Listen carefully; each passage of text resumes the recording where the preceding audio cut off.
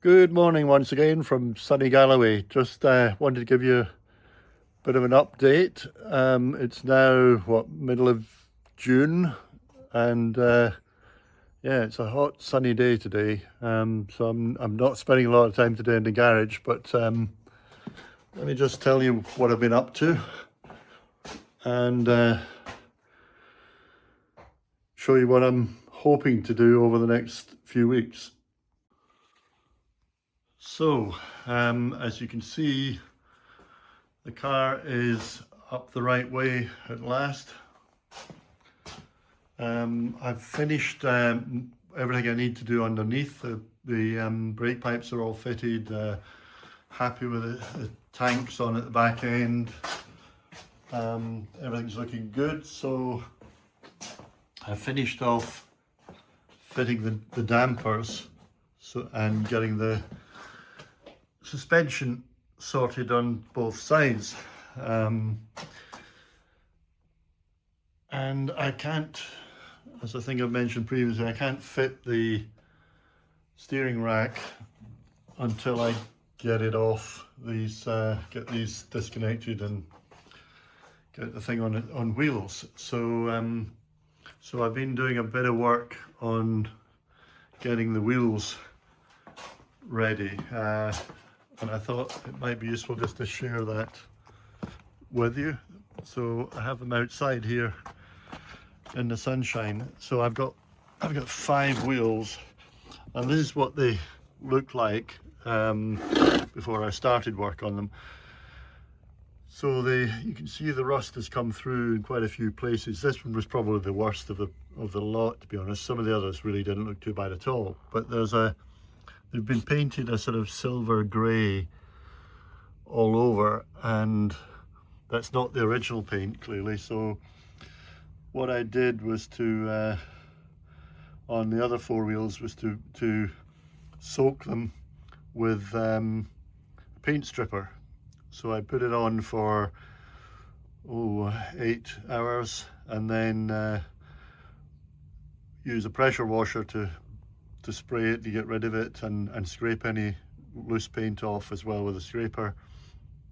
And then I put another layer on, and so I did it 2 or 3 times to get them all the paint off. And I suppose I kind of hoped they might look better once they go off, but in fact this is kind of what they look like when you remove that paint. So the reason we're seeing rust here is that they're pretty rusty underneath, and they've been painted on top of it. And this is the kind of fairly typical appearance underneath. You can see it varies, but it's pretty rusty all round. So I've been tackling that with an air die grinder and a variety of wire brushes. So I tend to start with this bigger one to take most of the rust off, and then use these little guys. I've got a bag full of these things. So I've got these 3 shapes that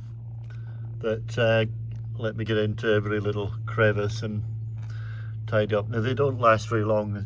See this one here, they get chewed up pretty quickly. So I'm going through half a bag already of these things, but they do the job. So we've kind of gone from this generalized rusty appearance to this. It's very difficult to get right down into the bottom crevice there, so there's still a bit of rust there. And if you look closely, it's not bad, but it varies. This one's probably one of the better ones. This one, there's a bit of staining. The rust's gone, but there's still kind of staining there, so I may have to go over them again. This one's, again, is not too bad in terms of the general work, but if you look closely, there we go, there's quite a bit of pitting. That bit there is not gonna, I'm not going to get rid of all the rust in that. So the aim was to get them back as near as possible to bare metal, and then prime them and paint them. And so I kind of was thinking, well, if I could get them back to pretty much clean bare metal, I could use an etch primer on them, but it doesn't look like that's going to happen. So I think what I'm going to do next, once I'm happy that I've got as much rust off as possible, I'm going to use a rust converter on them to try and hopefully convert any remaining rust to stop it coming back through as it did in those. And then once you do that, it's possible to use a 2K primer. So as luck would have it, I still have some of my epoxy primer and hardener left, so I'm going to use some of that, put a couple of coats of that primer on to seal them, and then hopefully that means that they won't rust any further. I don't think I need to put fill around to, you know, get rid of any little pits. I'm not that obsessive about how they look. And I've got, oh, where are we? Somewhere in here. Oh, there we are. I bought a couple of spray cans here. So I've got a black and a silver. So I need to do, I've got all my masking tapes and things, and so I'm going to mask up the wheels and try and restore them to the original black and silver.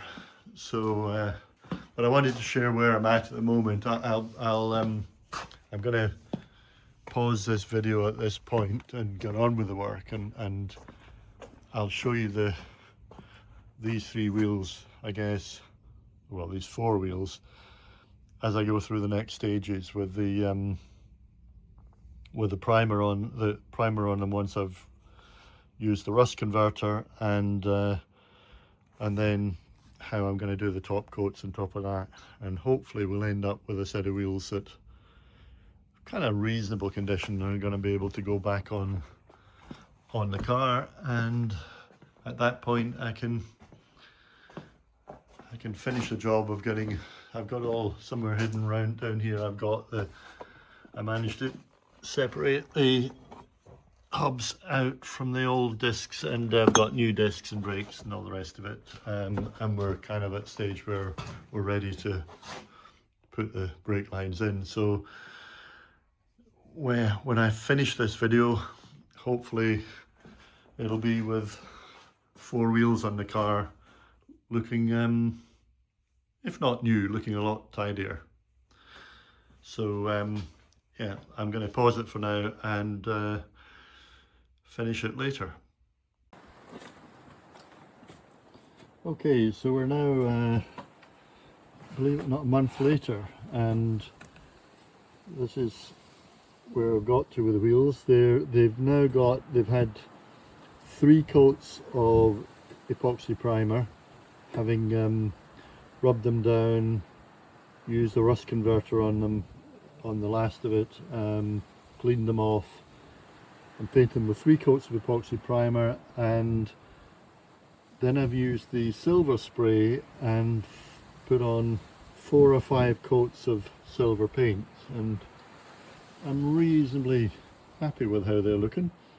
So the next stage after that is to mask up the areas that you don't want black paint on, so that these areas can be blacked. And it has taken me, believe it or not, I would say, a good hour and a half to mask this up to a level that I'm comfortable with, using those different widths of masking tape, and eventually getting it to this stage. So we should be good to go.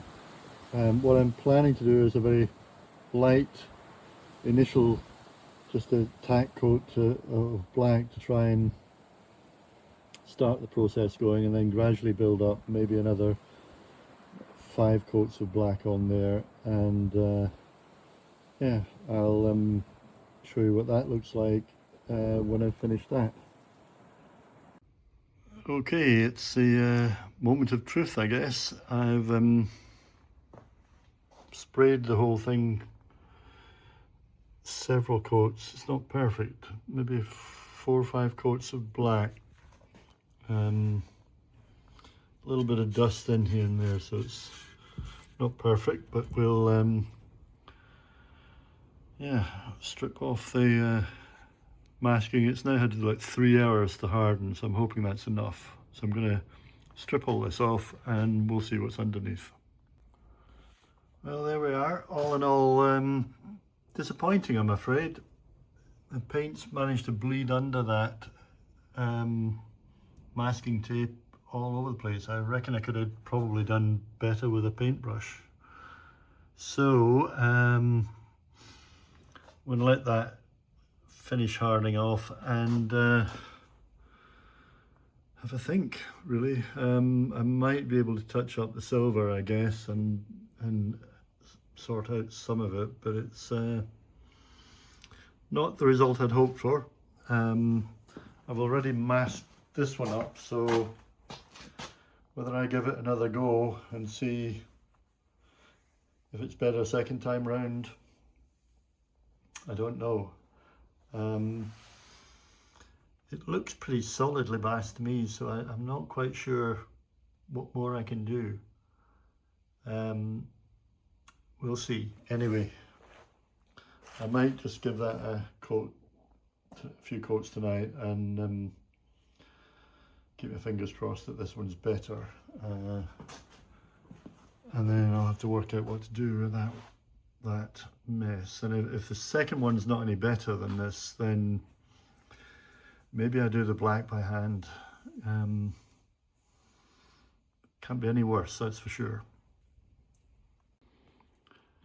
Okay, so what I ended up doing is to make these templates to fit over the black section, so I could then respray silver and hopefully cover up where it had leaked through under the previous masking. That was certainly a lot more successful, just with a very light, careful spraying of the silver. I've now got two wheels that I'm pretty happy with. They look, you know, they're not going to win any awards, but they are certainly in keeping with the original style of the wheels. And yeah, if I get tyres on those, get them on the car, I'll be really happy. So 2 to go, and one of them being this fella here that's still got a tyre attached to it that I'm not sure how to get off, because that tyre must be 20 years old or something. I don't know that I trust it to be any good, so maybe I cut it off. Anyway, next I'm going to finish this post with hopefully with the wheels on this car and the car off the rotisserie. And finally, the wheels are back on, we're off the rotisserie. It's now mid-August, so that's taken a couple of months to get to this stage, but it does feel like a bit of a landmark. It was a bit of something of a battle. The wheels themselves were, you know, as I've shown in this video, took a little bit of time to get sorted out, but I think the final result is pretty reasonable. Nice little decals in the middle, and just for interest on the cap. So yeah, pretty good. They had a bit of an issue with both back wheels in that when I was putting the wheels back on, I stripped a couple of the lugs. At least I thought I did. They're not that difficult to knock out. You just have to find a gap between the brake shoes once you take the drum off, and then you can knock it out with a decent sized hammer, and you can put a new lug in from the back and tighten up the nuts to pull it into place, and that seems easy enough to do, but I was struggling to get it to work, and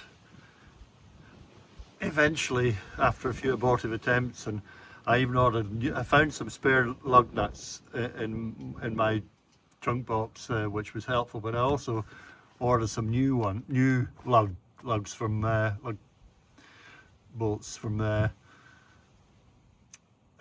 Moss, but when they turned up they were short ones, so I couldn't get the nuts on, so that one didn't help. Anyway, I eventually got replacements in, and what I discovered are these new chrome lug nuts that I bought on eBay aren't great. In fact, 2 of those had actually stripped, and I wasn't tightening. I don't think it was over tightening, but so I know at least one of the lugs was spinning, but I think the other one on the other side may just have been the nut that stripped. Anyway, job done, replaced them, and on this side similarly looking pretty good, and I can move this car with one finger, so I'm pleased it's all working. I managed to get I finished off all the suspension. If you remember, I had to do a bit of work before I could get one of these nuts had stripped, and I had to fix that, but I got everything together. I've got it off the rotisserie, and I've got the steering rack back on. Slightly tight fit. I don't know if that's connected to the fact there seems to have been a bit of a dunt there, whether they had to move things, or I didn't have well, I'm not sure. I found something that I thought might be the shim, because you need to put a, whoops, car's moving, a shim in this side, and I had something that I thought was a shim, but I'm not sure. Anyway, it seems to have done the trick, and I don't know if anybody knows a clever and easy way to connect up the tie rod ends, then I'd be delighted to know, because I tell you, it was a heck of a job to get these in. Once they're in, I mean, you can adjust them with a couple of spanners on this rod here once you loosen off this screw to allow this to spin. So I was able to do that, and get them in reasonably. I will need to get the tracking checked at some point, because I don't know, I think we're still a bit toe out, but hard to tell. If we just square that one up, it's not bad, but it may just be a little bit toe out, so they will need adjusting. I think what bits left to do mechanically here, I've got to connect up the front brake pipes. I've got them, but I haven't connected them because the flexible pipes here, down here, there's a little sort of connector that goes in the back to hold it in place, and a particular nut, and I haven't got those, so I've ordered those. Once they come, I can finish off the front brake pipes. I've got this sort of felt oil seal for the steering column, but I don't have the retainer for that, and it's no longer available anywhere online. I've seen posts on forums of people actually making them using, you know, 3D printers and so forth, but I may have to come up with something to allow me to cover that up. So anyway, steering column is somewhere over here. Remember, I took it to bits, cleaned it, and I've got the replacement felts for inside it, so I can put this all back together, get it on, and yeah, we should be good to go from the point of view of the steering, then I've got this pedal box out, so I'm going to take that away with me and strip it down gradually and see what needs to be done to repair that, so I can get that in, and that'll finish off the brake lines. But essentially we're pretty much at the point where I wanted to be a month or two ago, when I was thinking I could leave the mechanics for the summer and get on with the bodywork and paint this thing. But I'll have to make a call on that. Obviously there's a bit of filling to do, there's a few dents here and there. I'm not really happy with that, where I did that join. I have to work out what I'm going to do about that on the other side as well. Is it just filler, or I'm going to have to redo it somehow? Anyway, so there's body work to do before I can get some paint on this, and I'm not sure when I can get all that done, and whether I'll get it painted in time for before the colder weather comes in. We'll have to see. It would be nice to get the paint on this autumn, and if I can, then I will, and then you know, that means I can just then concentrate on putting the wiring in and the engine and gearbox back in. But we'll see. If not, then I've plenty to be going on with. I do need to get the engine rebuilt. It's over here somewhere. It's not the original, so hopefully it all fits, but I've got to do some work on that, or get someone more qualified to do some work for me. I think I've mentioned previously I've got 2 gearboxes in here, and I'm kind of torn. I'm kind of scared to open one of them up and mess it up, but I suppose the fact that I got 2 means that I might over the winter work on one of them and see if I can refurbish one of the gearboxes. And if I make a complete mess of it, then obviously I've got another one that I'll either use as is, or get somebody more talented to fix. Anyway, so yeah, she's out in the sunshine. She now looks like a rolling chassis, which is encouraging, and I managed to sweep out the garage a bit. I wanted to clean the whole garage out and take the bee out as well, but I had it serviced for the first time since I got it. I mean, I've had this car 4 years, and I thought I'll get it serviced properly. So I took it to a local garage and they did a service for me. Started it up, sounded great, took it for a run. This was a couple of months ago, and got in it just now, and she won't start.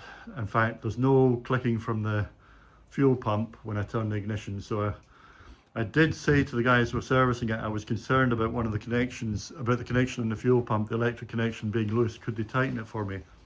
So I don't know whether it's just broken or whatever, but if I can crawl under there or do something to have a look, then fine. If not, I know what I'm going to do, to be honest, but it doesn't look like I'm getting it out of the garage today, so this is as clean as it's going to get. A bit more tidying up, and get on with the next job. So yeah, there she is, looking good. Looks like a car at last, or looking more like a car. Thanks for bearing with me on this video. It's been pretty long, both in terms of the duration of the video, but also the fact it's taken 2 months to do. So but I think it's worth it. I love the new tires. These are Uniroyals. I could have got some kind of cheap Chinese imports, but they said dry weather only, which made me a bit wary of them. So I spent the extra money on these Uniroyal tires, which look pretty cool at the moment. So I'm really pleased with that. So yeah, that's the car, that's the video, all the usual stuff. Any comments, any thoughts, let me know. Give me a like. If you want to subscribe, hit the subscribe button, and yeah, when I work out what I'm doing next, I'll post another video. But that's all for now, folks. So thanks for watching. Bye now.